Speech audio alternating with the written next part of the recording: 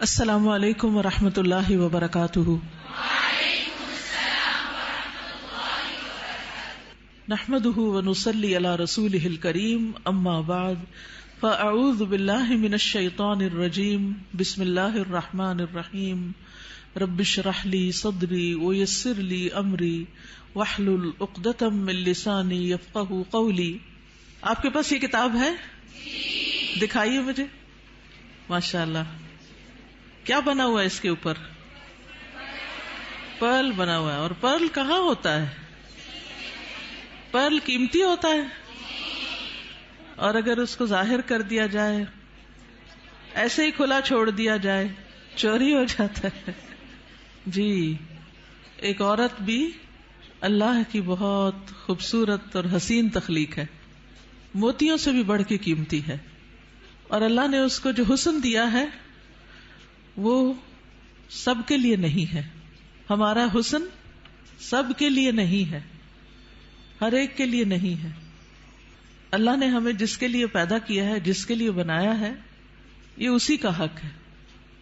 اب دیکھیے کہ بچپن سے ہی ایک چھوٹی سی بچی کو بھی جو شوق ہوتا ہے وہ کس چیز کا ہوتا ہے؟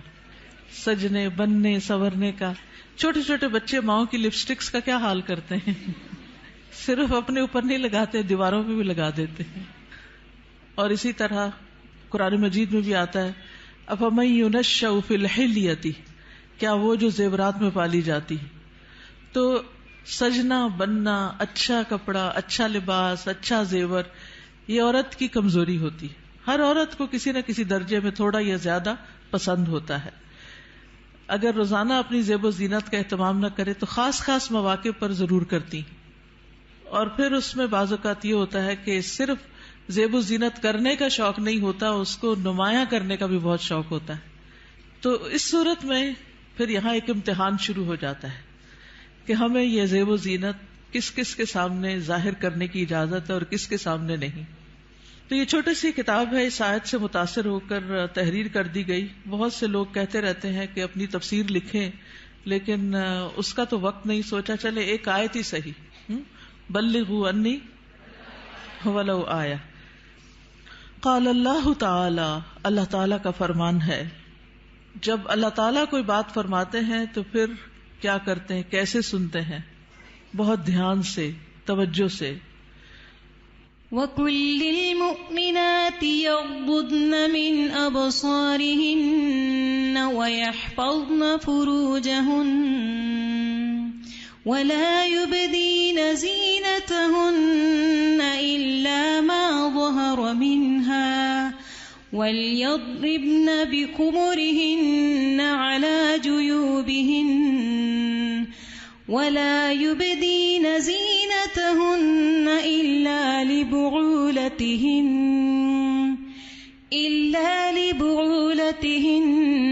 أَوْ آبَائِهِنَّ أَوْ آبَاءِ بُعُولَتِهِنَّ أَوْ أَبْنَائِهِنَّ أَوْ أَبْنَاءِ بُعُولَتِهِنَّ أَوْ إِخْوَانِهِنَّ أَوْ بَنِي إِخْوَانِهِنَّ أَوْ بَنِي أَخَوَاتِهِنَّ أَوْ نِسَائِهِنَّ أَوْ مَا مَلَكَتْ أَيْمَانُهُنَّ أَوِ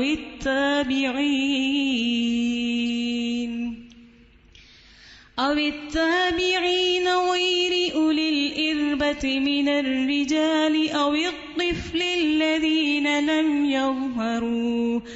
لم يظهروا على عورات النساء ولا يضربن بأرجلهن ليعلم ما يخفين من زينتهن وتوبوا إلى الله جميعا أيها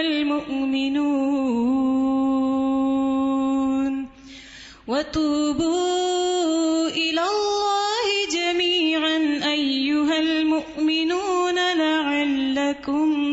يفلحون. وقل للمؤمنات، اور مومن عورتوں سے کہہ دیجئے کیا کریں؟ اپنی نگاہیں نیچی رکھیں، یعنی اپنی نگاہوں کی حفاظت کریں اور اپنی شرم گاہوں کی حفاظت کریں اور اپنی زینت ظاہر نہ کریں، اپنی خوبصورتی نمایاں نہ کریں سوائے اس کے جو خود ظاہر ہو جائے، اور اپنے سینوں پر اپنی اوڑھنیاں ڈالے رکھیں، اور اپنی زینت ظاہر نہ کریں سوائے اپنے شوہروں کے یا اپنے باپ کے یا اپنے شوہروں کے باپ کے یا اپنے بیٹوں کے یا اپنے شوہروں کے بیٹوں کے یا اپنے بھائیوں کے یا اپنے بھائیوں کے بیٹوں کے یا اپنی بہنوں کے بیٹوں کے یا اپنی عورتوں کے یا اپنے غلاموں کے یا وہ زیر دست مرد جو کسی اور قسم کی رغبت نہ رکھتے ہوں، یا وہ بچے جو عورتوں کی پوشیدہ باتوں سے ابھی واقف نہ ہوئے ہوں اور اپنے پاؤں زمین پر مار کر نہ چلیں کہ ان کی پوشیدہ زینت لوگوں کو معلوم ہو جائے. اور اے مومنو، تم سب مل کر اللہ سے توبہ کرو تاکہ تم کامیاب ہو جاؤ. یعنی اس حکم کی کہیں نہ کہیں جو خلاف ورزی ہوتی ہے اس پر توبہ کرو تاکہ کامیاب ہو سکو. اس سے پتہ یہ چلتا ہے کہ اگر اس حکم کی خلاف ورزی کی گئی تو کہیں ایسا نہ ہو کہ کامیابی مخدوش ہو جائے. تو ارشاد ہے وَقُلْ لِلْمُؤْمِنَاتِ، اور مومن عورتوں سے کہہ دیجئے. پیج 3. مومنات کون ہوتی ہیں؟ جو ایمان لانے والیاں ہیں، اللہ اور اس کے رسول محمد صلی اللہ علیہ وسلم کا حکم دل سے مان لینے والیاں، ماننے کے بعد ان احکامات پر عمل کرنے والیاں، اللہ سے اپنی محبت کے دعوے کو سچ کر دکھانے والیاں. اللہ تعالیٰ کا ارشاد ہے ان المسلمین والمسلمات والمؤمنین والمؤمنات والقانتین والقانتات والصادقین والصادقات والصابرین والصابرات والخاشعین والخاشعات والمتصدقین والمتصدقات والصائمین والصائمات والحافظین فروجهم والحافظات والذاکرین اللہ کثیرا والذاکرات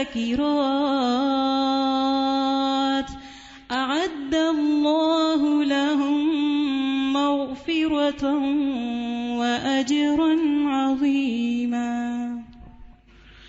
بے شک مسلمان مرد اور مسلمان عورتیں اور مومن مرد اور مومن عورتیں اور فرما بردار مرد اور فرما بردار عورتیں اور سچے مرد اور سچی عورتیں اور صبر کرنے والے مرد اور صبر کرنے والی عورتیں اور عاجزی اختیار کرنے والے مرد اور عاجزی اختیار کرنے والی عورتیں اور صدقہ کرنے والے مرد اور صدقہ کرنے والی عورتیں اور روزہ دار مرد اور روزہ دار عورتیں اور اپنی شرمگاہوں کی حفاظت کرنے والے مرد اور حفاظت کرنے والی عورتیں اور اللہ کا بہت زیادہ ذکر کرنے والے مرد اور ذکر کرنے والی عورتیں، ان کے لیے اللہ نے مغفرت اور بہت بڑا اجر تیار کر رکھا ہے.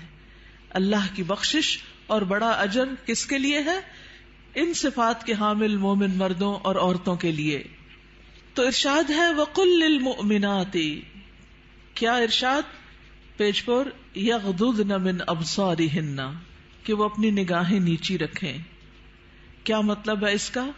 کہ حرام چیزوں پر نگاہ نہ ڈالیں، نامحرم مردوں کو نگاہ بھر کے نہ دیکھیں، اچانک نظر پڑ جائے تو نظر پھیر لیں، شہوت کی نظر سے نہ دیکھیں، کسی مرد یا کسی عورت کا سطر نہ دیکھیں، یعنی جو حصے چھپا کے رکھنے کے قابل ہیں، فحش تصاویر اور فحش مناظر نہ دیکھیں، ادھر ادھر تانک جھانک نہ کریں. نبی صلی اللہ علیہ وسلم نے فرمایا زنا العین النظر، نظر بازی آنکھوں کا زنا ہے. نبی کریم صلی اللہ علیہ وسلم نے فرمایا تم اپنی طرف سے مجھے 6 چیزوں کی ضمانت دو، میں تمہیں جنت کی ضمانت دوں گا. جب بات کرو تو سچ بولو، جب وعدہ کرو تو پورا کرو، جب تمہارے پاس امانت رکھی جائے تو ادا کرو، اپنی شرمگاہوں کی حفاظت کرو، اپنی نگاہوں کو نیچا رکھو، اور اپنے ہاتھوں کو روکے رکھو. تو یہ حکم ہے نگاہیں نیچی رکھنے کا.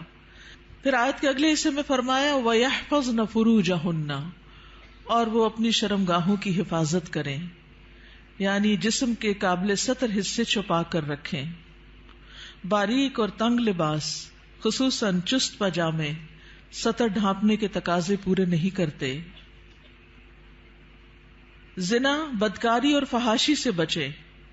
بلا ضرورت اپنے جسم کا کوئی حصہ نہ کھولیں. ہم جنس پرستی سے دور رہیں. جانوروں یا مصنوعی آلات سے جنسی خواہش پوری نہ کریں. پھر فرمایا وَلَا يُبْدِينَ زِينَتَهُنَّ، اور اپنی زینت ظاہر نہ کریں، یعنی جسمانی ساخت اور شکل و صورت کی خوبصورتی کو نمایاں نہ کریں. زینت میں دونوں چیزیں آ جاتی ہیں، جسم کا فگر بھی اور شکل و صورت کی خوبصورتی بھی.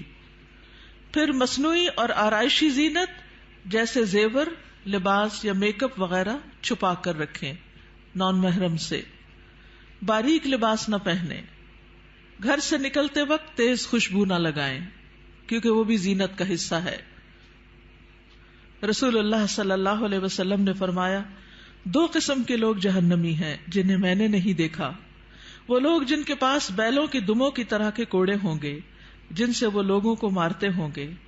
وہ عورتیں جو لباس پہن کر بھی بے لباس ہوں گی، مائل کرنے والیاں، مائل ہونے والیاں، گویا ان کے سر بختی اونٹ کے کوہان کی مانند ہوں گے، یعنی سر خاص طور پر اوپر، سروں کے اوپر مزید بالوں اور کا جوڑا بنا کے یا اونچے کر کے اس کو اٹھایا ہوا ہو. وہ جنت میں داخل نہ ہوگی اور نہ اس کی خوشبو پائیں گی، حالانکہ اس کی خوشبو اتنی اور اتنی دور سے آتی ہوگی. یہ صحیح مسلم کی روایت ہے. پھر فرمایا الا ما ظہر منہا، سوائے اس کے جو اس میں سے ظاہر ہو جائے. وہ زینت جو خود بخود ظاہر ہو جائے، نہ کہ ظاہر کی جائے. مثلا چادر کا ہوا میں اڑ جانا اور زینت کا کھل جانا. وہ زینت جس کو چھپانا ممکن نہ ہو، جیسے چادر، گاؤن یا سکارف وغیرہ. جسمانی ساخت میں سے دراز قد یا متناسب جسم ہونا، اس میں بھی ایک اٹریکشن ہوتی ہے، اب یہ چھپائی نہیں جا سکتی. سیدنا ابن مسعود اس کی تفسیر میں فرماتے ہیں کالرداء والثیاب، جیسے چادر اور کپڑے. چادر جو اوپر کی چادر یا گاؤن وغیرہ ہوتا ہے، یا جو کپڑے نیچے سے نظر آ جاتے ہیں. یاد رہے زینت ظاہر ہونے اور زینت ظاہر کرنے میں فرق ہے. ایک وہ ہے جو آپ خود کھول دیتے ہیں اور ایک وہ ہے جو اتفاق سے ہو جاتی ہے. پھر فرمایا وَلْيَضْرِبْنَ بِخُمُرِهِنَّ عَلَى جُيُوبِهِنَّ، اور وہ اپنی اوڑھنیاں اپنے سینوں پہ ڈالے رکھیں. خمار یعنی سر کے کپڑے یا دوپٹے سے خواتین سر، بال، کان، گردن اور سینہ ڈھانپ کر رکھیں، کیونکہ کچھ خواتین جب سکارف پہنتی ہیں تو اس کو اتنا زیادہ اسٹرولر کی طرح لپیٹنا شروع کر دیتی ہیں کہ وہ بعض اوقات تو گلے کا کچھ حصہ بھی نظر آ رہا ہوتا ہے اور سینہ تو پورا کھل جاتا ہے. بعض ایک پلو اوپر کر کے نقاب بنا لیتی ہیں، ان کا آدھا سینہ نظر آ رہا ہوتا ہے، یعنی آدھا ڈھانکا ہوا ہوتا ہے، آدھا نمایاں ہوتا ہے، وہ اور زیادہ اٹریکٹو ہو جاتا ہے، زیادہ توجہ کھینچنے لگتا ہے. تو اس لیے اللہ کا حکم ہے کہ عورت اپنے سینے کے حسن کو چھپا کر رکھے مردوں سے، کیونکہ یہ مرد کے لیے ایک فتنہ بن جاتا ہے. باریک دوپٹہ جس میں سے بال اور گردن جھلک رہے ہو وہ نہ اوڑھیں. زمانہ جاہلیت میں عورتیں پردے کا اہتمام نہیں کرتی تھیں، بلکہ جب کوئی عورت مردوں کے پاس سے گزرتی تو اپنے سینے کو کھول کے گزرتی. بسا اوقات وہ اپنی گردن، بالوں کی مینڈیاں اور کانوں کی بالیاں تک ننگا کر لیتی تھی. کیا کیا؟ گردن، بالوں کی مینڈیاں اور کانوں کی بالیاں، ان کو نکال لیتی تھی. اب بھی آپ نے دیکھا ہوگا بعض سکارف اس طرح پہنتے ہیں کہ کانوں کا زیور باہر لٹک رہا ہوتا ہے. لہٰذا اللہ تعالیٰ نے مومن عورتوں کو حکم دیا کہ وہ ایسے مواقع پر پردے کا اہتمام کریں. سیدہ عائشہ فرمایا کرتی تھی جب یہ آیت نازل ہوئی وَلْيَضْرِبْنَ بِخُمُرِهِنَّ عَلَى جُيُوبِهِنَّ، تو ان سب نے اپنے تہ بندوں کو کناروں سے پھاڑ کر ان کی اوڑھنیاں بنا لی. یعنی جو نیچے تہ بند ہوتا ہے نا، جو نیچے پہنتے ہیں شلوار کی طرح، تو انہوں نے کیا کیا کہ اور اگر کپڑا نہیں ملا سر کا اس طرح چادر بنانے والا تو انہوں نے انہی کو ہی ذرا صحیح کر کے، یعنی اس کے کنارے وغیرہ کاٹ کے اس کو چادر کی شکل دے دی. پھر فرمایا وَلَا يُبْدِينَ زِينَتَهُنَّ إِلَّا، اور وہ اپنی زینت ظاہر نہ کرے مگر اپنے شوہروں کے لیے آگے آ رہا ہے. پسندیدہ اور مطلوب ہے کہ شوہر کے سامنے ہر طرح کی زینت کا اظہار کریں، سارا شوق یہاں پورا کریں. ٹھیک ہے. عورت اپنے شوہر کے سامنے حد درجہ اظہار زینت کر سکتی، جتنی کرنا چاہے کریں، جو کہ کسی دوسرے کے سامنے نہیں کر سکتی. یا اپنے باپوں کے لیے. باپوں میں کون کون آتا ہے؟ باپ، دادا، پردادا، نانا، پرنانا، اوپر تک آبا و اجداد جو بھی ہوں.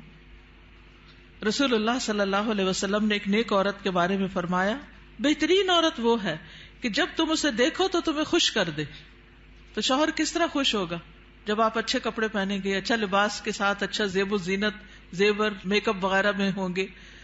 لیکن بہت سی خواتین گھر میں تو کھانا پکاتے پکاتے کپڑوں میں اس قدر کھانے کی اسمیل آ جاتی ہے اور کچن میں پسینے سے برا حال ہو جاتا ہے، اور پھر جب شوہر گھر آتا ہے تو اسی حال میں استقبال کرتی. اور پھر جب شوہر کو کھانا وغیرہ دے کے فارغ ہو کے جب اپنی سہیلی یا بازار جانا ہوتا ہے تو نہا دھو کے میک اپ وغیرہ کر کے نکل جاتی ہے، کیونکہ اب شوہر آ گیا گھر میں، وہ بچے سنبھالے گا، ہم ذرا آؤٹنگ پہ جائیں. تو یہ بالکل الٹ ہے اس حکم کے جو ہمیں دیا گیا. فرمایا بہترین عورت وہ ہے کہ جب تم اسے دیکھو تو تمہیں خوش کر دے، جب تم اسے کوئی حکم دو تو تمہاری اطاعت کرے، اور تمہاری غیر موجودگی میں اپنے نفس اور تمہارے مال کی حفاظت کرے. یا اپنے شوہروں کے باپ کے لیے. شوہر کا باپ جیسے سسر، شوہر کا نانا، شوہر کا دادا، شوہر کا پرنانا، شوہر کا پردادا، اوپر تک آبا و اجداد. یا اپنے بیٹوں کے لیے. بیٹوں میں بیٹے، پوتے، پڑپوتے، نواسے، پڑنواسے، نیچے تک سب آ جاتے ہیں. یا اپنے شوہروں کے بیٹوں کے لیے. شوہر کے پوتے، شوہر کے نواسے، نیچے تک، یعنی ستیلے بیٹے بھی. اس میں شوہر کے بیٹے اور ان کے آگے بچوں کے بچے بھی سب آ جاتے ہیں.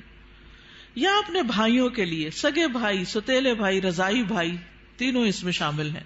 یا اپنے بھائیوں کے بیٹوں کے لیے. سگے بھائیوں کی اولاد، ستیلے بھائیوں کی اولاد، رضائی بھائیوں کی اولاد، یعنی بھتیجے، بھتیجوں کے بیٹے، پوتے وغیرہ. یا اپنی بہنوں کے بیٹوں کے لیے. سگی بہنوں کی اولاد، ستیلی بہنوں کی اولاد، رضائی بہنوں کی اولاد، یعنی بھانجے، بھانجوں کے بیٹے، پوتے وغیرہ. یا اپنی عورتوں کے لیے. قابل اعتماد اور باکردار عورتیں. نبی کریم صلی اللہ علیہ وسلم نے فرمایا لا تباشر المرأة المرأة، پہلی طاقت پیش ہے، ٹھیک کر لیجئے. لا تباشر المرأة المرأة فتنعتها لزوجها كأنه ينظر إليها، کوئی عورت کسی عورت کے جسم کے ساتھ جسم نہ لگائے. بعض اوقات لوگ حق کر رہی ہوتی ہیں لڑکیاں ایک دوسرے کو، تو اتنا زیادہ چپک جاتی ہیں ایک دوسرے سے، یہ بھی درست نہیں.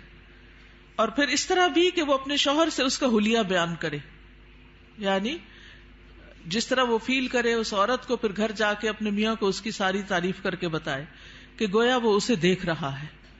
یا تمہارے دائیں ہاتھ جن کے مالک ہوئے. لونڈیاں اور غلام مراد ہیں یہاں، لیکن جو گھریلو ملازمین ہیں یہ لونڈی غلام میں شامل نہیں ہوتے، ان سے احتیاط برتنی چاہیے.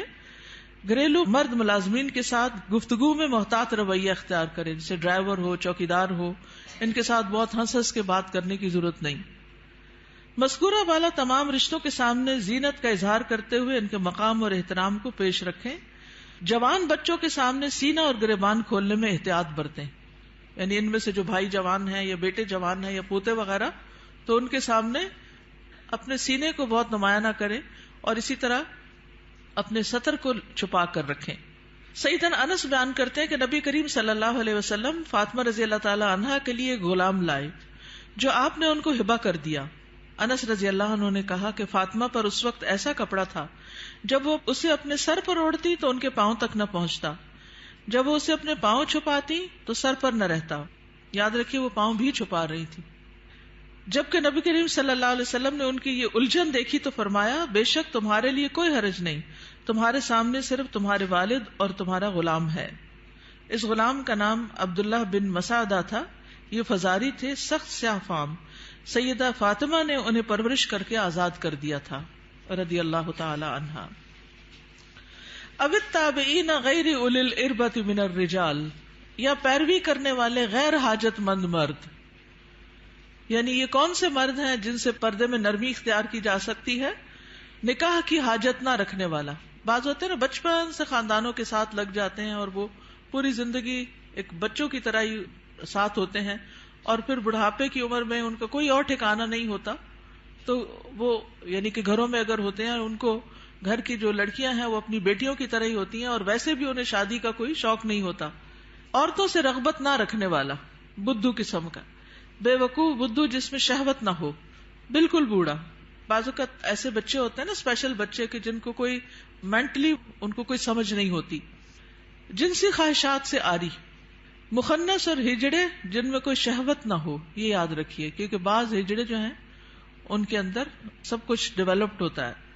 لیکن ان افراد کے سامنے زینت کا اظہار کرتے ہوئے بھی احتیاط کا دامن نہ چھوڑیں، پھر بھی محتاط رہیں. غیر اولی الاربا سے مراد وہ بے خبر ہے جس میں شہوت نہ ہو، یہ سیدنا ابن عباس کا قول ہے. او الطفل الذین لم یظہروا علی عورات النساء، یا وہ بچے جو عورتوں کی چھپی ہوئی باتوں سے ابھی واقف نہیں ہوئے. نابالغ بچے جن کا جنسی شعور بیدار نہ ہوا ہو، جو کم عمری کی وجہ سے عورتوں کے حالات اور مخصوص اوصاف سے واقف نہ ہوں، جن کو کوئی سمجھ نہ ہو پیریڈز کیا ہوتے ہیں، اور یعنی ابھی ان کی عورتوں سے متعلق جو خاص باتیں ہیں ان کو سمجھ نہ ہو. ابن کثیر کہتے ہیں جب بچہ بالغ ہو یا بلوغت کے قریب ہو اور ان چیزوں کو جانتا پہچانتا ہو، بدصورت اور خوبصورت عورت میں تمیز کر سکتا ہو، یعنی جس دن بچہ یہ کہ نا ماما وہ بہت خوبصورت ہے، تو اسے عورتوں کے پاس نہ آنے دیا جائے. یہ ابن کثیر کی تفسیر ہے. کسی خاص عمر کی یہاں قید نہیں، بچے کی سمجھ کے مطابق احتیاط سے کام لیتے ہوئے زینت کا اظہار کرے. لیکن افسوس ہوتا ہے ان خواتین پر جو اچھے بھلے جوان لڑکوں کو گلے لگا لیتی ہیں، یا ان کے سر پہ ہاتھ پھیرنے لگتی ہیں، یا ہاتھ ملانا شروع کر دیتی ہیں. یہ بھی اس حکم کے منافی ہے، چاہے بچپن سے اس بچے کو آپ نے پالا ہی کیوں نہ ہو. وَلَا يَضْرِبْنَ بِأَرْجُلِهِنَّ لِيُعْلَمَ مَا يُخْفِينَ مِنْ زِينَتِهِنَّ، اور وہ اپنے پاؤں مارتی ہوئی نہ چلیں کہ جو وہ اپنی زینت میں سے چھپاتی ہیں اس کو جان لیا جائے. یعنی مردوں کو متوجہ کرنے والی چال نہ چلیں، یعنی چلتے ہوئے بھی ایک وقار کا خیال رکھیں. جھنکار والی پازیب نہ پہنے، یعنی پاؤں کا زیور ایسا کہ جو چھن چھن کرے اور بازار میں دوسروں کو متوجہ کرے، وہ نہیں پہنے. باہر گھر میں پہن سکتے ہیں. آواز پیدا کرنے والا جوتا استعمال نہ کرے، یعنی جیسے بہت ہائی ہیل پہن کے پھر وہ ٹک ٹک ٹک سے سب متوجہ ہو جاتے ہیں، اس سے بھی بچیں. تیز خوشبو استعمال نہ کریں. ابن کثیر کہتے ہیں اس ممانعت میں ہر وہ چھپی ہوئی زینت داخل ہے جو حرکت کرنے سے ظاہر ہو جائے. اسی ضمن میں عورت کو خوشبو لگا کر باہر نکلنے سے بھی منع کیا گیا ہے کہ لوگ اس کی خوشبو محسوس کریں. زمانہ جاہلیت میں رواج تھا کہ عورت جب راستے میں چلتی اور اس نے پاؤں میں پازیب پہنی ہوتی جس کی آواز سنائی نہ دیتی، تو وہ اپنے پاؤں زمین پر اس طرح مارتی جس سے مردوں کو پازیب کی جھنکار سنائی دیتی. تو اللہ تعالیٰ نے مومن عورتوں کو ایسا کرنے سے منع کر دیا. نبی کریم صلی اللہ علیہ وسلم نے فرمایا ہر آنکھ زنا کرتی ہے، اور عورت جب خوشبو لگا کر کسی مجلس سے گزرتی ہے تو وہ ایسی اور ایسی ہے، یعنی زانیہ ہے. تو اس لیے خوشبو کے معاملے میں بھی احتیاط برتیں. ایسی خوشبو نہ لگائیں کہ جو پھیل رہی ہو، خصوصاً اگر آپ بازار سے ہو کر گزر رہے ہیں یا مردوں کے ساتھ آپ کا کسی بھی طرح کا کوئی انٹریکشن ہے، یا گھر میں کوئی ایسا رشتہ دار ہے کہ جو محرم نہیں ہے. وَتُوبُوا إِلَى اللَّهِ جَمِيعًا أَيُّهَا الْمُؤْمِنُونَ لَعَلَّكُمْ تُفْلِحُونَ، اور اے مومنو سب کے سب اللہ کی طرف توبہ کرو تاکہ تم فلاح پاؤ. اس میں پچھلے گناہوں پر ندامت کا اظہار کریں، یعنی اللہ تعالیٰ کے سامنے آئندہ گناہ نہ کرنے کا عہد کریں، اپنی اصلاح کی ہر ممکنہ کوشش کریں، ان لغزشوں اور غلطیوں سے توبہ کریں جو پردے کے معاملے میں اب تک ہوتی رہیں. آئندہ زندگی کے لیے اپنے طرز عمل کی اصلاح ان ہدایات کے مطابق کر لیں جو اللہ اور اس کے رسول صلی اللہ علیہ وسلم نے دی ہیں. اللہ تعالیٰ کا ارشاد ہے وَهُوَ الَّذِي يَقْبَلُ التَّوْبَةَ عَنْ عِبَادِهِ وَيَعْفُو عَنِ السَّيِّئَاتِ وَيَعْلَمُ مَا تَفْعَلُونَ، اور وہی ہے جو اپنے بندوں کی توبہ قبول کرتا ہے اور ان سے درگزر فرماتا ہے، اور وہ جانتا ہے جو تم عمل کرتے ہو. وَهُوَ الَّذِي يَقْبَلُ التَّوْبَةَ عَنْ عِبَادِهِ وَيَعْفُو عَنِ السَّيِّئَاتِ وَيَعْلَمُ مَا تَفْعَلُونَ. دیگر محارم حقیقی چچا اور ماموں بھی محرم ہیں، کیونکہ بھتیجی اور بھانجی سے نکاح نہیں کیا جا سکتا. رضائی رشتے بھی نسبی رشتوں کی طرح محرم ہیں، ان کے سامنے بھی زینت کا اظہار جائز ہے. اللہ تعالیٰ کا ارشاد ہے حرمت عليكم أمهاتكم وبناتكم وأخواتكم وعماتكم وخالاتكم وبنات الأخ وبنات الأخت. تم پر تمہاری مائیں اور تمہاری بیٹیاں اور تمہاری بہنیں اور تمہاری پھپھیاں اور تمہاری خالائیں اور بھائی کی بیٹیاں اور بہنوں کی بیٹیاں حرام کر دی گئی ہیں. رسول اللہ صلی اللہ علیہ وسلم نے فرمایا، بے شک اللہ نے رضاعت سے بھی ان رشتوں کو حرام کر دیا جن کو نسب سے حرام کیا گیا. حجاب مسلمان عورت کی شناخت ہے. مسلمان عورت حجاب سے پہچانی جاتی ہے، وہ دوسروں سے الگ ہو جاتی ہے. اللہ تعالیٰ کا ارشاد ہے، یا ایھا النبی قل لأزواجک وبناتک ونساء المؤمنین یدنین علیہن من جلابیبہن ذلک ادنی ان یعرفن فلا یؤذین وَكَانَ اللَّهُ غَفُورًا رَحِيمًا. اے نبی اپنی بیویوں اور بیٹیوں اور مومن عورتوں سے کہہ دیجئے، بیویاں، بیٹیاں اور مومن عورتیں سب کی سب وہ اپنے چادروں کے پلو اپنے اوپر لٹکا لیا کریں. اس طرح زیادہ توقع ہے کہ وہ پہچان لی جائیں، یعنی حجاب کی وجہ سے پہچان لی جائیں، نہ کہ حجاب اتار کے پہچان لی جائیں. حجاب اتار کے تو ایک عورت عام عورت کی طرح ہی لگے گی نا. تو ایذا نہ دی جائیں. اور اللہ بہت بخشنے والا، بے حد رحم کرنے والا ہے. یہ ایذا کون سی ہے؟ سیکسول ہراسمنٹ، کہ جب عورت کسی مرد کو اٹریکٹ کرتی ہے تو پھر وہ اس کے پیچھے آتا ہے اور اس کو نقصان دینا چاہتا ہے. مردوں سے بھی خطاب کیا گیا. نظر اور شرمگاہ کی حفاظت کا حکم صرف عورتوں کے لیے نہیں بلکہ مردوں کے لیے بھی ہے. اللہ تعالیٰ کا ارشاد ہے، قل للمؤمنین یغضوا من ابصارهم ویحفظوا فروجهم ذلك ازکی لهم ان اللہ خبیر بما یصنعون. مومن مردوں سے کہہ دیجئے اپنی نگاہیں نیچی رکھیں اور اپنی شرمگاہوں کی حفاظت کریں، یہ ان کے لیے پاکیزہ تر ہے. بے شک اللہ خبر رکھنے والا ہے اس کی جو وہ کرتے ہیں. یعنی اللہ سبحانہ وتعالیٰ کو سب پتا ہے کہ وہ نگاہیں نیچی رکھتے ہیں یا نہیں رکھتے. سیدنا جریر بن عبداللہ سے روایت ہے، وہ کہتے ہیں، میں نے رسول اللہ صلی اللہ علیہ وسلم سے اچانک نظر پڑ جانے کے بارے میں سوال کیا تو آپ صلی اللہ علیہ وسلم نے مجھے حکم دیا کہ میں اپنی نظر پھیر لوں. یعنی اگر کسی عورت پر نظر پڑ جائے تو پھر اس کو دوسری طرف پھیر لوں. نظر کی حفاظت دراصل شرمگاہ کی حفاظت ہے. جس نے اپنی نظر کو آزاد چھوڑ دیا اس نے اسے ہلاکت کے گڑھے میں ڈال دیا، اور نظر ہی عام حادثات کی اصل ہے جو انسان کو پہنچتے ہیں. یہ ابن القیم کا قول ہے. نگاہ نیچی رکھنے کے فوائد کیا ہیں؟ یہ بھی ابن القیم کا قول ہے. محبت کی حقیقت اور اس کے تقاضے کتاب میں، دل شہوت سے رک جاتا ہے، دل میں نور پیدا ہو جاتا ہے، علم کے راستے کو شادہ ہو جاتے ہیں، دل کو فرحت و خوشی حاصل ہوتی ہے، عقل قوی اور مضبوط ہوتی ہے، دل غم و حسرت سے خلاصی پا لیتا ہے، انسان کی عقل و فراست بڑھتی ہے، دل کو قوت و شجاعت حاصل ہوتی ہے. نگاہ جھکانا جہنم کا دروازہ بند کرنے کا سبب ہے، غفلت کے پردے ہٹتے ہیں.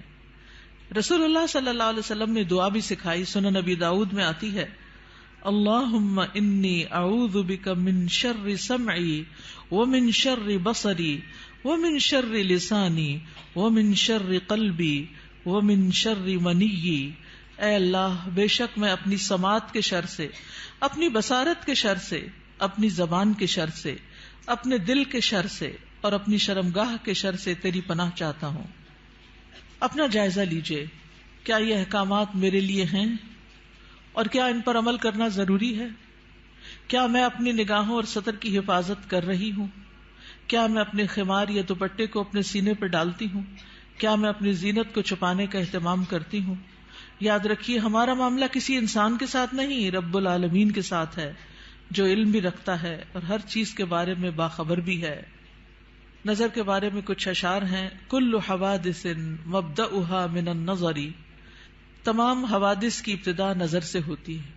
یعنی جو عشق و عاشقی کے سلسلے چل پڑتے ہیں اور انسانوں کو بعض اوقات انتہائی بیمار کر دیتے ہیں کہ وہ کسی قابل نہیں رہتے، اس کی ابتدا نظر سے ہی ہوتی ہے. وَمُعْظَمُ النَّارِ مُسْتَصْغَرُ الشَّرَرِ، اور چھوٹی چنگاری سے بھی زبردست آگ بھڑک اٹھتی ہے. نظر فابتسامۃ فسلام، پہلے نظر پھر مسکراہٹ پھر سلام. فکلام فموعد فلقاء، پھر بات چیت پھر ملاقات کا وعدہ. اور پھر اس کے بعد اللہ کے حکم کی نافرمانی میں انسان جا پڑتا ہے. اللہ سبحانہ تعالی ہمیں ایمان عطا کرے، حیا عطا کرے اور اس حکم پر عمل کی توفیق عطا کرے. آخری صفحے پر ہے رسول اللہ صلی اللہ علیہ وسلم نے فرمایا حیا ایمان میں سے ہے اور ایمان جنت میں لے جاتا ہے، جبکہ بے حیائی کوڑا کرکٹ ہے اور کوڑا کرکٹ آگ میں جاتا ہے. یہ کتاب آپ کے لیے تحفہ ہے. کیوں تحفہ ہے؟ تاکہ ہم اس پر عمل کریں اور کیا کریں؟ آگے بھی پہنچائیں. صرف اپنے آپ کو بچانا کسی شر سے، کسی نقصان سے کافی نہیں. اس کا ایک محرک یہ بھی تھا اس چھوٹے سے پمفلٹ کو لکھنے کا کہ بہت دفعہ مجھے خود یہ سننے کو ملا، بتایا گیا کہ کہاں ہے قرآن میں پردے کا حکم. آپ اپنے کالج میں، یونیورسٹی میں کولیگ سے بات کریں تو کہیں گے کہاں لکھا ہے قرآن میں تو کوئی نہیں پردے کا حکم، یہ تو تم لوگوں نے خود ہی گاؤن سکارف چڑھا لیے. تو اگر یہ چھوٹی سی کتاب آپ کے پاس ہوگی تو فوراً دلیل نکالنا آپ کے لیے آسان ہوگا. ٹھیک ہے، آپ میں سے کوئی کچھ کہنا چاہتا ہے؟ آپ کی وجہ سے اگر ایک خاتون بھی اپنے اس حکم پر عمل کر لیتی ہیں تو آپ کے لیے صدقہ جاریہ ہوگا. کم از کم 2 لوگوں کے ساتھ مل کے یہ کتاب ضرور پڑھ لیجیے. استاذہ ایک بات دل میں آ رہی تھی، ایک پیج نمبر اس پہ ہے نا کہ نگاہ نیچی رکھنے کے فوائد. تو جیسے اس میں سارے فوائد لکھے ہوئے ہیں کہ دل میں نور ہوتا ہے اور علم کے راستے کشادہ ہو جاتے ہیں، غم سے چھٹکارا مل جاتا ہے، عقل قوی ہوتی ہے، غفلت کے پردے ہٹتے ہیں، جہنم سے انسان بچ جاتا ہے. تو دیکھیں ایک راستہ کھول کے نا نظر کو بہکانے والا شیطان نے ہمارے لیے کتنے راستے بند کر دیے. تو اس پہلا جو راستہ ہے اس کو وہی اگر ہم بند کر دیں نا تو ہم پھر آگے انشاءاللہ یہ سارے راستے خود بخود کھل جائیں. بالکل. اور اس میں آپ دیکھیے کہ بہت سی ایسی خواتین کے مسائل، بہت سی لڑکیوں کے مسائل، اچھی بھلی سمجھدار لڑکیوں کے مسائل، اور خصوصاً اب موبائل کی وجہ سے اور ویڈیو چیٹنگ کی وجہ سے جو مسائل پیدا ہو رہے ہیں، اور تصویر کا اتنا فتنہ عام ہے کہ ہر چیز ہی کی تصویر بن بن کے شیئر کی جا رہی ہے، اس کی وجہ سے یہ مسائل اور بھی زیادہ بڑھ گئے ہیں. اور بعض اوقات انسان ایسے فساد میں جا پڑتا ہے کہ جو اس کی عقل پہ بھی پردہ ڈال دیتا ہے، پھر اس میں نہ اپنی عزت کی پرواہ ہوتی ہے، نہ ماں باپ کی، نہ کسی دین کی اور نہ کسی اور کی. تو اس لیے بہت ضروری ہے کہ اس چیز کو عام کیا جائے اور لڑکیوں کو اس فتنے سے بچایا جائے. جی ستیلے بھائی محرم ہوتے ہیں. نمازوں میں خشوع کا مسئلہ ہر ایک کو رہتا ہے، تو نگاہ کی حفاظت سے نمازوں میں بھی خشوع آتا ہے. کوشچن ہے جیسے سعودی عرب میں وہ لوگ آنکھوں کا بھی پردہ کرتے ہیں، اور یہی ہے کہ آپ نے جیسے آیت پڑھی اس کا ترجمہ پڑھا ہے تو اس کا ترجمہ یہی ہوتا ہے کہ لٹکایا جائے کپڑا. تو وہ لوگ اس طرح کہتے ہیں کہ آنکھ کا پردہ وہ دوپٹہ اس طرح کرتے کہ آنکھوں تک آتا ہے. تو اس میں آپ کیا کہیں گے؟ اور دوسرا یہ کہ ان کا جو گاؤن ہے وہ پاؤں کے نیچے تک ہوتا ہے، کیا یہ حالات؟ جی گاؤن نیچے تک ہونا چاہیے، ٹخنے ننگے نہیں ہونے چاہیے. اور ابھی زمین کو جو ٹچ کر رہا ہوتا ہے. جی تو آنکھ کے پردے میں آپ کیا کہتے ہیں اس میں؟ جس طرح وہ لوگ کرتے ہیں، جی جتنا انسان اپنے آپ کو ڈھانک سکے اتنا ہی بہتر ہے. مطلب وہ لوگ پلہ جو ہے اوپر کر کے کرتے ہیں، لیکن ہمارے یہاں ایسا کوئی دیکھیے ہمارے یہاں بھی جب میں چھوٹی ہوتی تھی تو اس وقت جو نقاب ہوتا تھا وہ پورے جارجٹ کے کپڑوں کا وہ نیچے ڈالتے تھے. میں خود یونیورسٹی میں، پنجاب یونیورسٹی میں جب میں پڑھتی تھی تو میرے اپنے نقاب اسی طرح کا لگا ہوا تھا، اور جو ینگ ٹیچرز ہوتے تھے ان کی کلاس میں پورا ڈال کے بیٹھتی تھی، سامنے نہیں دیکھتی تھی. یہ پیج نمبر 4 پہ نا لاسٹ میں ہے یا غضضن من ابصارہن، بالکل لاسٹ میں، اور اپنے ہاتھوں کو روکے رکھو. یہ مجھے تھوڑا سا یعنی یہ حدیث ہے نا جس میں بہت سی چیزوں کے روکنے کی بات ہے. مسلمان وہ ہوتا ہے نا جس کے ہاتھ اور زبان سے دوسرے محفوظ رہیں. ہاتھوں کو روکے رکھو شر سے، کسی کو تکلیف دینے سے. خاص طور پر عورتوں کو سوچنا چاہیے اس موقع پر. چلے آپ نے ہاتھ کا ذکر کر ہی دیا، وہ مائیں اللہ کو کیا حساب دیں گی جو بات بے بات پر اور شوہر سے بھی ناراضگی اور کسی اور کے ساتھ بھی جو انبن ساس کا بھی غصہ سارا بچوں پہ نکالتی ہیں، بات بات پہ بچوں کی پٹائی کرتی ہیں.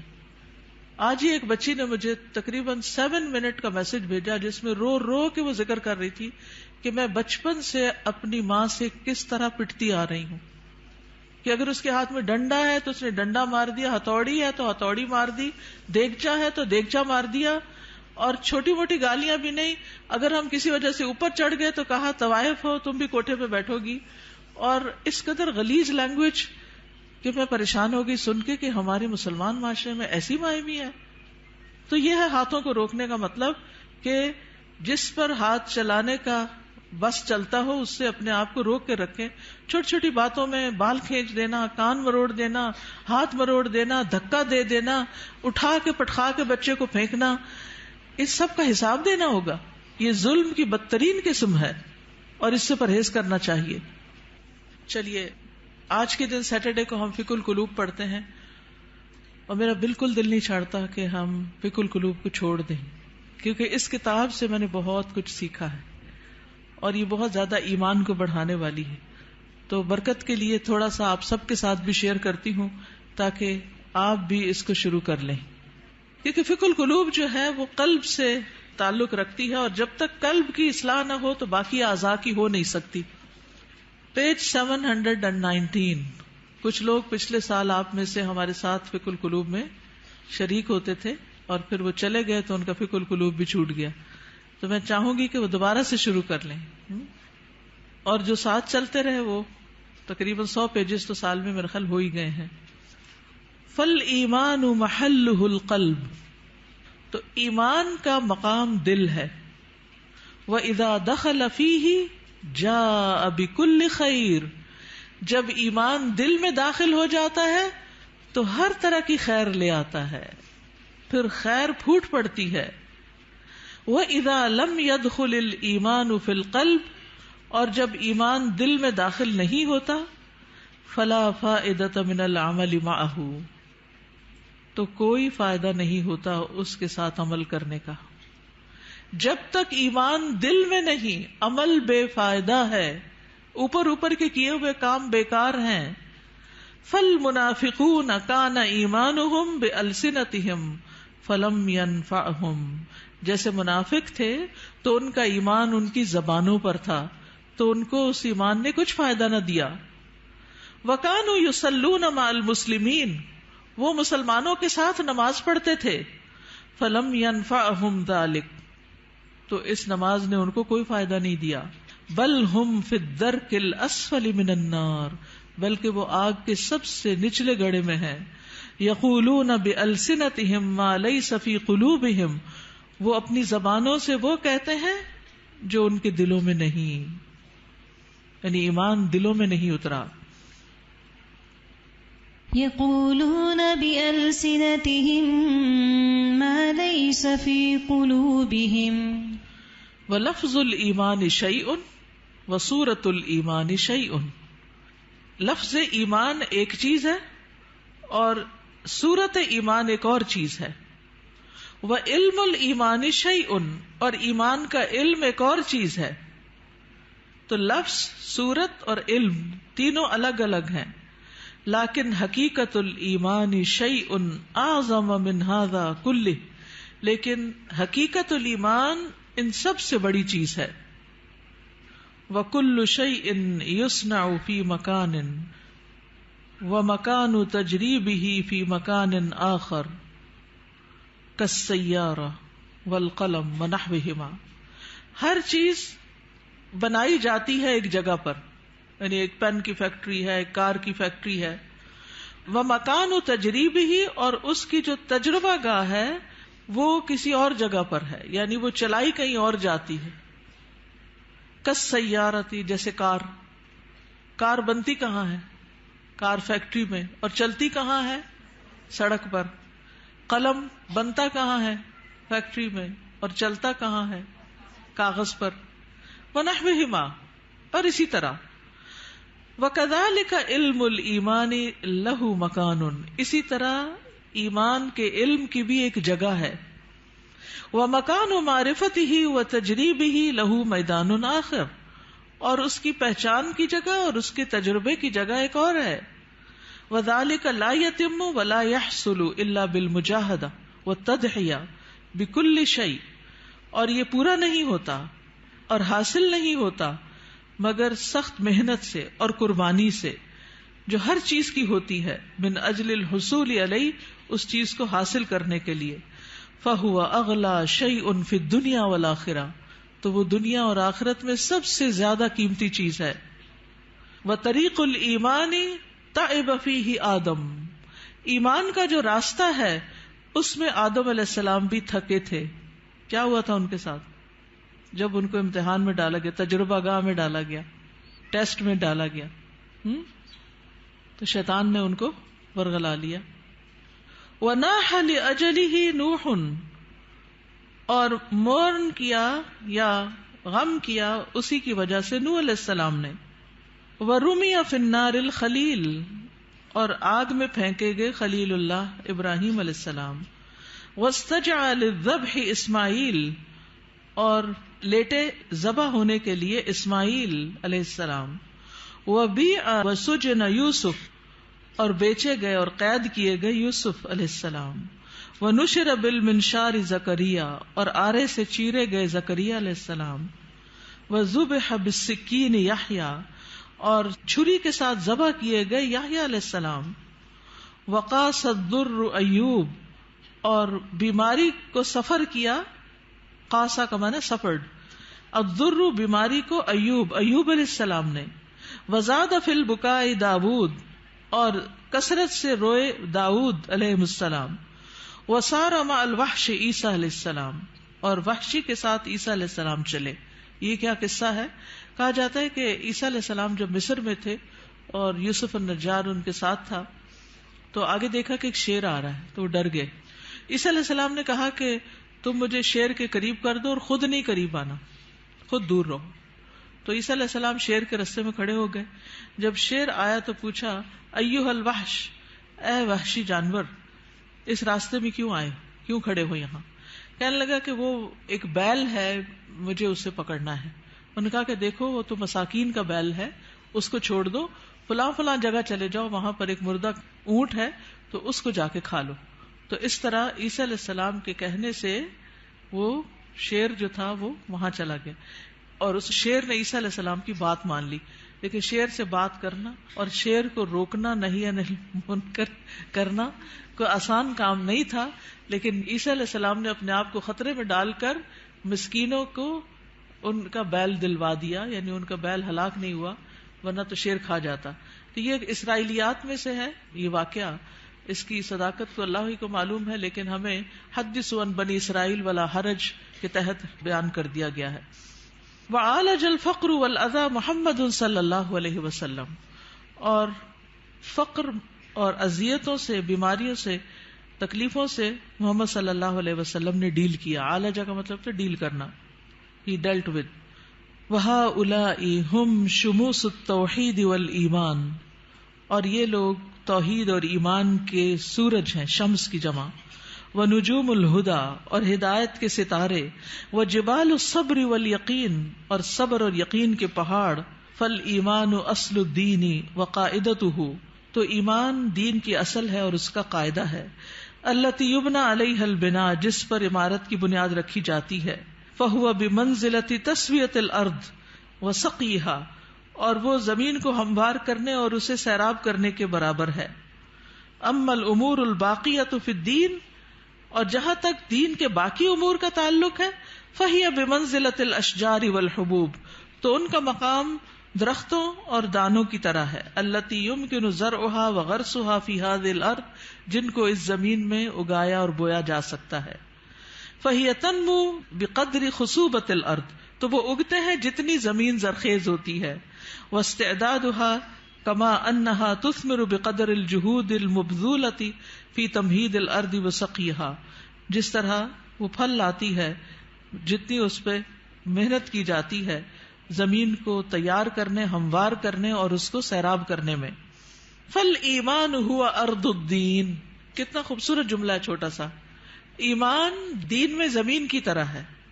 والدعوۃ نبتها وطلعها، اور دعوت دین کیا ہے؟ اس کا پودا اور اس کا خوشہ. والعبادۃ ثمرتها وزینتها، اور عبادت اس کا پھل اور اس کی خوبصورتی. والعلم یرویها ویسقیها، علم اس پودے کو سیراب کرتا ہے اور اسے ہرا بھرا کرتا ہے. والجنۃ ورضا الرب غایتها، اور جنت اور رب کی رضا یہ اصل گول ہے، اصل غایت ہے، اصل مقصد ہے. ولا يمكن ان نحصل على حقيقة الإيمان الا اذا تيقنا ان جميع المخلوقات في السماوات والارض قويها وضعيفها كالحية الميتة. ہم ایمان کی حقیقت کو اس وقت تک نہیں پا سکتے جب تک ہمیں یقین نہ ہو کہ ساری کی ساری مخلوقات، آسمانوں کی اور زمین کی، ان کی مضبوط اور ان کی ضعیف یہ مردہ سانپ کی طرح ہے. لا تنفع ولا تضر، جو نہ فائدہ دے سکتی ہے نہ نقصان. یہ ہے اصل ایمان، ایسا یقین کہ نہ کوئی فائدہ دے سکتا نہ کوئی نقصان دے سکتا ہے. الا باذن اللہ، مگر اللہ کے اذن سے. مردہ سانپ سے تو آپ نہیں ڈرتے نا، تو لوگوں کا ڈر بھی نہیں ہونا چاہیے. لیکن جب ہم لوگوں سے ڈرتے ہیں، یعنی اس سینس میں ڈرتے کہ اگر میں نے اس کی بات نہ مانی، یہ مجھے کہہ رہا ہے حجاب اتار دو، نہیں مانی تو پھر کیا ہوگا، میرا تو بڑا نقصان ہو جائے گا، یا یہ مجھے جو کہہ رہا ہے میں اسے کر لوں ورنہ مجھے ایسا اور ایسا نقصان ہو جائے گا. تو بہت سے لوگ اللہ کی نافرمانی کے کام جو ہیں وہ صرف لوگوں کے ڈر سے کرتے رہتے ہیں کہ لوگ کیا کہیں گے. تو یاد رکھیے ساری مخلوقات مردہ سانپ کی طرح. یہ جملہ یاد رہے گا. جب یہ یاد رہے گا نا تو پھر اللہ کا حکم ماننا مشکل نہیں رہے گا. ولا تعطی ولا تمنع الا بامر اللہ، نہ یہ دیتی ہیں نہ روکتی ہیں مگر اللہ کے حکم سے. وان کل شیء بید اللہ، اور یہ کہ ہر چیز اللہ کے ہاتھ میں ہے. وان ما سوى اللہ لیس بیدہ شیء، اور اللہ کے علاوہ جو بھی ہے اس کے ہاتھ میں کچھ نہیں. کما قال سبحانہ، جیسا کہ اللہ تعالیٰ کا فرمان ہے، الا لہ الخلق والامر تبارک اللہ رب العالمین. خبردار اللہ ہی کی ہے مخلوق اور حکم بھی اللہ ہی کا ہے. بہت بابرکت ہے اللہ جو رب ہے سارے جہانوں کا. ألا له الخلق والأمر تبارك الله رب العالمين. میں یہ ضرور چاہوں گی کہ آپ اس کتاب کو پڑھیں. اگر آپ کہنے کہ اس کانوکیشن کی کوئی نصیحت ہمیں کر دیں تو میں یہی کہوں گی کہ فقہ القلوب کو شروع سے پڑھنا شروع کر دیں تو ساری نصیحتیں آپ کو مل جائیں گی. اور یہ دراصل ایمان کو مضبوط کرنے والی کتاب ہے. کیا ہے؟ اور اگر ایمان مضبوط ہو جائے تو کیا ہوتا ہے؟ عمل آسان ہو جاتا ہے، انسان مضبوط ہو جاتا ہے. اور اس میں آپ دیکھیے یہاں پر اگلی جو بات ہے بڑی دلچسپ ہے. وہ کہتے ہیں کہ ایمان کی جو قوت ہے نا وہ دل میں ظاہر ہوتی ہے جیسے ایک بندوق کی گولی ہوتی. تو جب وہ اپنی اصل جگہ پر آ جاتی ہے تو پھر اس سے بہت کچھ ہوتا ہے. اور اگر وہ اپنی اصل جگہ پر نہیں تو کچھ بھی نہیں ہوتا، وہ کہیں بھی پڑی رہتی ہے، ایک سیسے کی گولی ہے بس. تو ایمان جب تک دل میں نہیں آتا، زبان پہ رہتا ہے تو فائدہ نہیں دیتا. تو ایمان کو لانا ہے دل میں، اور دل میں آئے گا علم کے ساتھ، اور علم کے لیے ضروری ہے فقہ القلوب. ٹھیک ہے، جزاکم اللہ خیرن. آخری اعلانات سن لیجئے. بوائز کے لیے سمر کورس ہو رہا ہے، فلائر موجود ہے ریسپشن پہ. 7 مئی سے 18 رمضان تک ہے. تعلیم القرآن فار بوائز کا بھی اشتہار آ گیا ہے. نیکسٹ ایئر کا ایڈمیشن شروع ہے. تدبر قرآن کا نیکسٹ کورس جس میں 30ویں پارے کی ترتیل، تجوید، حفظ، ترجمہ، تفسیر، تدبر، گرامر یہ سب شامل ہے. تو آپ کے لیے ابھی موقع ہے کہ آپ ایڈمیشن لے سکیں. اسی طرح یہاں پر تعلیم القرآن ڈپلوما کورس نیکسٹ سیشن مئی کا 1 مئی سے شروع ہو رہا ہے. جو ابھی تک داخلہ نہیں لے پائے، سوچ ہی رہے ہیں، وہ آگے بڑھیں. اسلامی تربیتی کورس، جی ہاں، رمضان کے ساتھ دورہ قرآن کے ساتھ انشاءاللہ 14 مئی سے شروع ہو رہا ہے، 14 مئی سے 26 رمضان تک. اور اس میں دورہ قرآن بھی یہاں ہوگا اور اس کے ساتھ ساتھ اسلامی تربیتی کورس جو ہر سال ہوتا ہے وہ بھی ہوگا. اور پی سی میں بھی انشاءاللہ دورہ قرآن ہوگا جس کے پیچھے پوری لسٹ ہے کہ کہاں کہاں پنڈی اور اسلام آباد میں دورہ قرآن ہو رہا ہے. تو یہ اشتہار اگر آپ کے پاس ہو تو آپ لوگوں کو دے کر دعوت دے سکتے ہیں کہ وہ ضرور شرکت کریں. سمر کورسز ہیں. ہمارے بچے کا پروگرام جہاں پر ہوتا ہے اس میں الفاظ اکیڈمی میں بھی دورہ قرآن ہو رہا ہے. اور سمر کورس 2018 جیسا کہ آپ کو معلوم ہے کہ 19 فروری کو امی جان دنیا سے رخصت ہو گئی. انا للہ و انا الیہ راجعون. اللہ تعالیٰ ان کی بخشش فرمائے. آپ میں سے بہت سی بچیاں جو آج یہاں موجود ہیں وہ ان کو کسی نہ کسی طرح جانتی ہیں. وہ تقریباً ہر تعلیم القرآن میں ایڈمیشن لے لیتی تھیں، پھر ایک دفعہ تعلیم التجوید میں بھی لے لیا انہوں نے، پھر تدبر قرآن کو بھی اٹینڈ کرنا ایز اے لسنر شروع کر دیا. تو بہرحال وہ فوت ہوئی تو ان کی وفات کے موقع پر کچھ لوگوں نے اپنے تاثرات کا اظہار کیا اور پھر یہ خواہش ظاہر کی کہ نانی اماں کے اوپر ایک کتاب لکھی جائے. تو الحمدللہ کوثر فیض کو اللہ جزائے خیر دے، اس نے مختصر سے عرصے میں یہ کتاب لکھ لی اور الحمدللہ کتاب چھپ کر آ گئی ہے. تو جو گریجویٹس ہیں ان کے لیے یہ گفٹ ہے کتاب. جب آپ باہر نکلیں گے گریجویٹس، باقی جو اسٹوڈینٹس وغیرہ ہیں وہ اگر خود لے لیں تو بہت اچھا ہے. بہت انسپریشنل کتاب ہے. ان کی زندگی میں جو اعمال اور ان کے عادات اور انہوں نے جیسے ہم لوگوں کو پالا اس کی بہت سی کہانیاں ہیں. تو جن لوگوں کو کہانیاں پڑھنے وغیرہ کا شوق ہوتا ہے ان کے لیے ایک اچھی کتاب ہے. تو آپ اپنے لیے بھی اور دوسروں کے لیے بھی کتاب، اپنے لیے تو گفٹ ایک ہی لیں گے لیکن دوسروں کے لیے لینی ہو تو اسٹال پر اویلیبل ہے. جزاکم اللہ خیرا. سبحانک اللہم و بحمدک، اشہد ان لا الہ الا انت، استغفرک و اتوب الیک. السلام علیکم ورحمۃ اللہ وبرکاتہ.